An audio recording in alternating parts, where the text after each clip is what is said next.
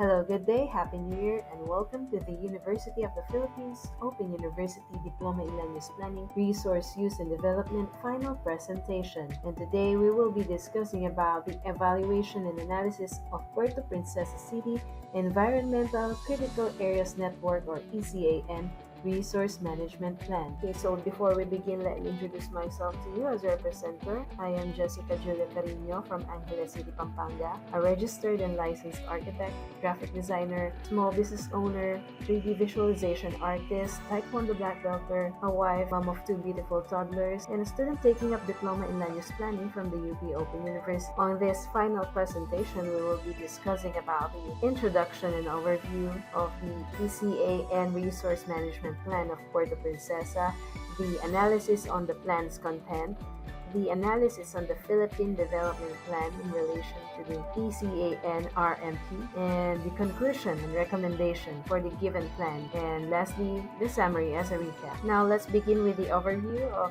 the Puerto Princesa City. Puerto Princesa City is a highly urbanized city located 306 nautical miles southwest of Manila, 205 nautical miles from Panay, and about 250 nautical miles from Zamboanga. Its western side faces West Philippine Sea, while along its eastern coast lies the Sulu Sea. As you can see on the map, the location of Puerto Princesa City is on the Region 4. Puerto Princesa City has a total land area of 219,339.40 hectares. It is the second largest city in the country after Davao City. The total area of the urban barangays is 14,716 hectares, while the rural barangays have a combined area of 204,623 hectares.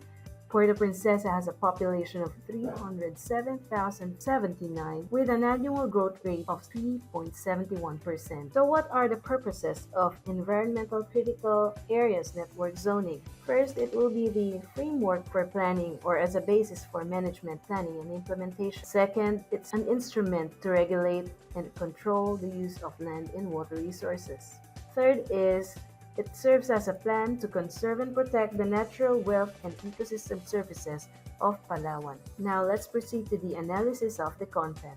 There are four components of a local plan. For Environmentally Critical Areas Network or ECAN, we have planning structure, mandates, process, and implementing tools. For the analysis of planning structure, the planning structure of the ECAN Resource Management Plan of the City of Puerto Princesa is very well thought of and organized. The outline is sequenced properly. For the mandate, the ECAN Resource Management Plan of Puerto Princesa observes and pursues the mandate provided by the Strategic Environmental Plan Act of 1992. The process and outline of the ECAN Resource Management Plan of Puerto Princesa is very well organized and standardized. The guides for planning process for ECAN zones are clear. Goals and objectives were clearly stated. The implementing tools or the administration and implementer of the ECAN zoning plan is mentioned. The immediate activities were mentioned. Possible sources of funds and monitoring and evaluation were also given. Now let's proceed to the analysis in relation to the Philippine Development Plan. For the analysis in relation to the Philippine Development Plan in Chapter 20, Ensuring Ecological Integrity, Clean and Healthy Environment, for this plan, there is a great importance shown on the conservation and protection of the natural wealth and ecosystem services of Puerto Princesa. Second, protecting the natural wealth means protecting the environment's health. On the analysis in relation to the Sustainable Development Goal, it is relating to the SDG 14 and SDG 15, which means life below water and life on land.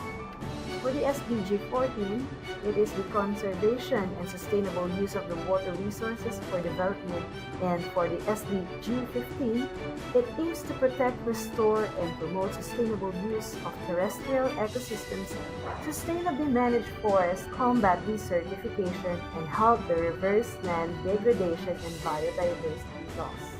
Now let's proceed to the conclusion and recommendation. As a conclusion, this plan is very comprehensive, very rich in data, deliberately crafted, very well researched, and well thought of. As for the recommendation, I recommend that there will be some more exploration on graphic design for more visual appeal and clarity. And before we end this presentation, let me give you a quick recap.